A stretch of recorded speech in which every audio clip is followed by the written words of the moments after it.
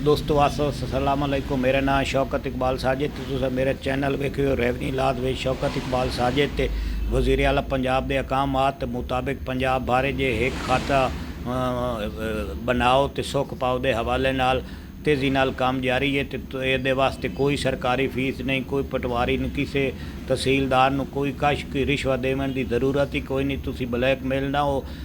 सुनने च आया कि पटवारियों ने जाके आख्या भाई वंडे पाओ तो इतने इतने पैसे दे, जिसकी वजह तो जेडे लोग इन्हों दिलचस्पी लवनी उन्हें कम कर दी है। वज़ीर आला पंजाब नहीं चाहिए कि जिस तरह अहकामात जारी किए हैं इस पर सख्ती नाल अमल दरामद करावे।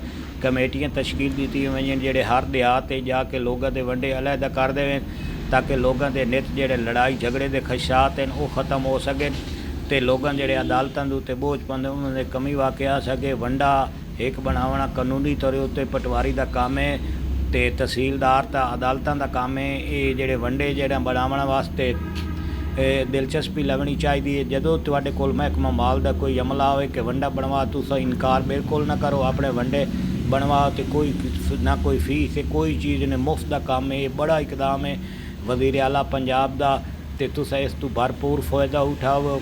जितने भी राह काश्तकार दिलचस्पी रखते हैं इस फ़ायदा उठाओ तो अपने वंडे अलहदा अलहदा करा लो ताकि तुहाडे जेडे लड़ाई झगड़ियां के खदशे वो मुक वंजन। वीडियो अच्छी लगे चैनल सबसक्राइब करना तो बैल आई बटन लाजमन दबावना ताकि मेरी हर वीडियो जी तुहाडे तक पहुँचती रहे। वस्सलाम।